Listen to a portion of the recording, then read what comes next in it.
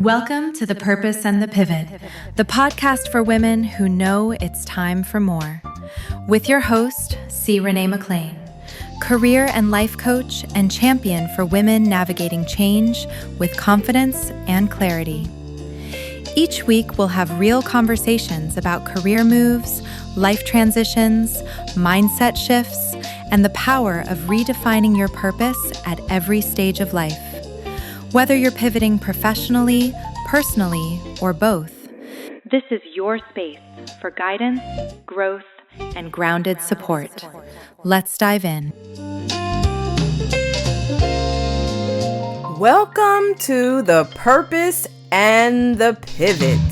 Today's episode is resumes and LinkedIn profiles. Oh my.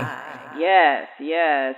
So, Oracle is one of the most recent employers to lay off employees. From what I understand, it included 30,000 employees via a 6 a.m. email. So today, we are going to talk about resumes and LinkedIn profiles. And let's go ahead and get into this.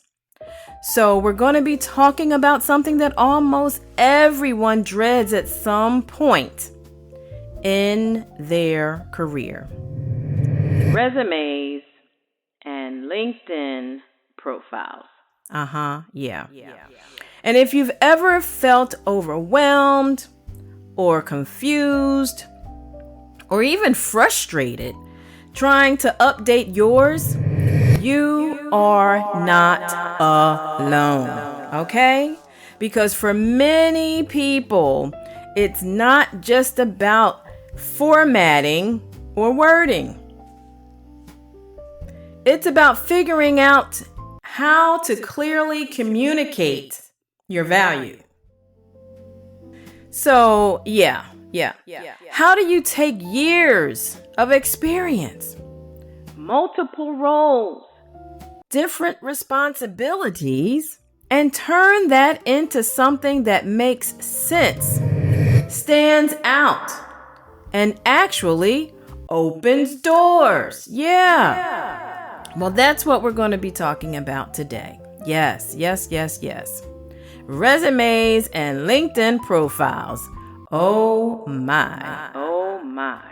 And we'll be talking about those things, and it's not about perfection, it's not about overcomplication, but clarity and strategy. So let's get into this mindset shift. Yes, because that's so very important, right? Because before we even get into tactics, we need to address something important. Your resume and your LinkedIn profile are not just documents. They're marketing tools. They are marketing tools. They are designed to communicate. Yes, they're designed to communicate who you are professionally, what you do well, and the value you bring. Yeah. And here's where many people get stuck. They treat their resume like a job description. Yeah. Your resume is not a job description. It is not a list of duties, a summary of tasks. It is not a timeline of what you were responsible for. But employers and decision makers, they're not just looking for what you did. They're asking and looking for the impact that you made. Yeah. So the shift is this. From responsibilities to results. Yeah. From tasks to outcomes. Yeah. From listing to positioning. Yeah. Your resume should tell a clear and compelling story. Yeah, not your entire life story, but a clear, focused narrative about your professional experience and direction. Yeah. And that story should answer 3 questions. 3 questions. What do you do? What are you known for? What results have you delivered? Yeah. If someone reads your resume and still has to guess, it's not clear enough. So, for instance, instead of writing responsible for managing projects and coordinating teams, shift it to led cross-functional projects that improved efficiency and reduced turnaround time by, and then put that percentage in there. Yeah. Do you hear the difference between those two? Yeah. One tells what you did. The other shows the impact. That's what makes your resume stronger.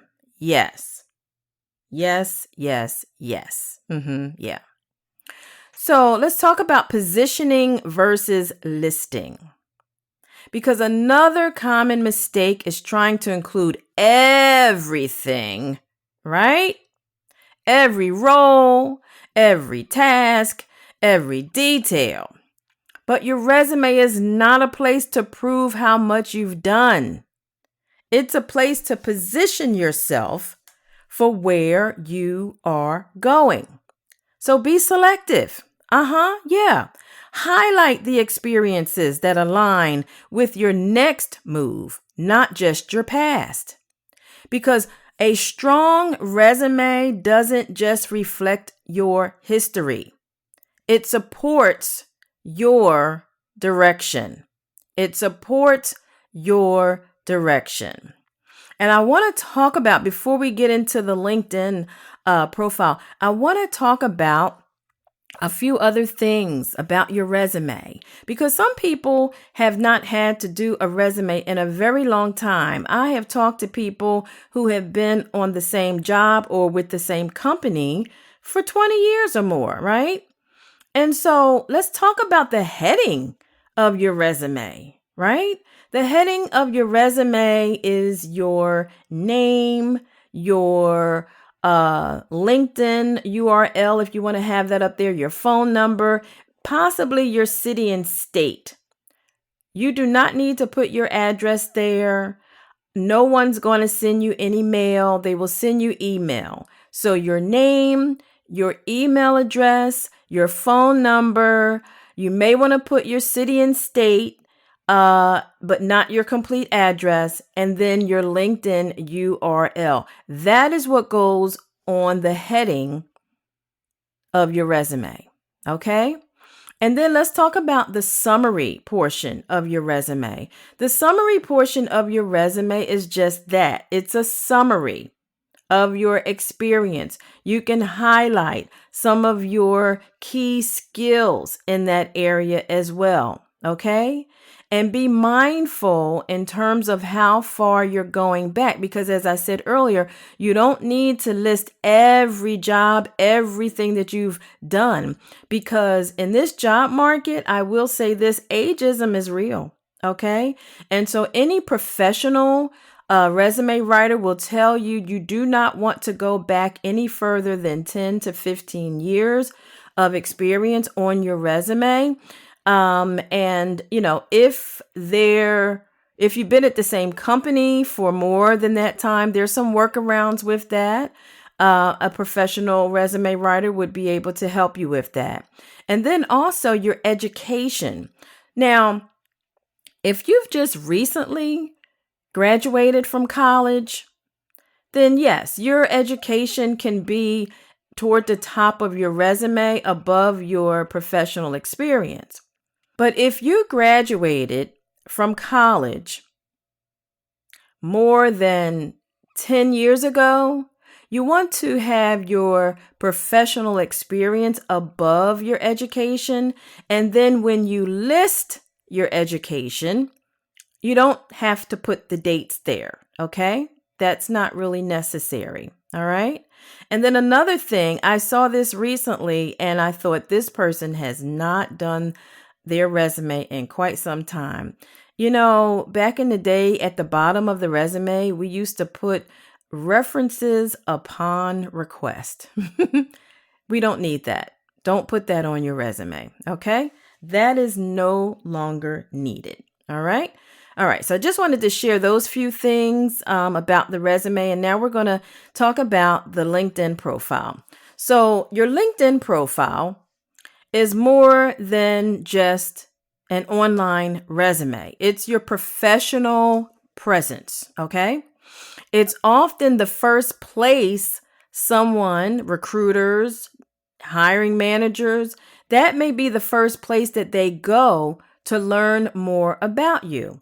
If they're looking to fill a position, they will do what we call a Boolean search, and they'll have keywords in there, and anybody's profile that has those keywords will populate in their search. And so that may be the first place that someone gets an idea of who you are. And within seconds, guys, seconds, not minutes, seconds, they are forming an impression. So then the question becomes, does your LinkedIn profile clearly communicate who you are and what you bring? Or does it leave people guessing? And your LinkedIn profile is important whether you are an employee looking for a new job, or even if you're an entrepreneur or a business owner, you still want to have a strong LinkedIn profile. Okay. Your headline matters more than you think. Yeah. Some people just use their job title. And, that's not wrong. It's not a wrong thing to do, to use your job title, but it's not strategic. It's not strategic. And your headline, guys, that's some valuable space in your LinkedIn profile. Your headline is valuable space. So it should speak to what you do, who you serve, or the value you bring. So think beyond your title. Think about your impact. Yes, your impact. And the next area is your about section. Your about section. This is where you bring your professional story to life. Yeah. Not in a long, complicated way, but in a clear, confident, and authentic way. This is your opportunity to say, here's who I am. Here's what I do well. Here's what I care about. Here's how I create value. And here's something important. You don't have to sound like everyone else. You don't have to use formal language or complicated phrases. Clarity and authenticity will always stand out more than trying to sound impressive. And let me just say this too about the visual of your LinkedIn profile. Some people choose not to put their picture on their LinkedIn profile. I suggest putting your picture on your LinkedIn profile. If you are wondering if it could cause, say, for instance, racism, right? Guess what? They will find out what you look like eventually if they are going to pursue you. So go ahead and let them know who you are and what you look like. Yeah. The background banner that goes behind your picture, there's a generic LinkedIn background. And I often tell people when I see that, you're not generic. So why would you want to have a generic background behind your picture? So I often suggest putting something industry related, whatever your industry is, put something industry related back there.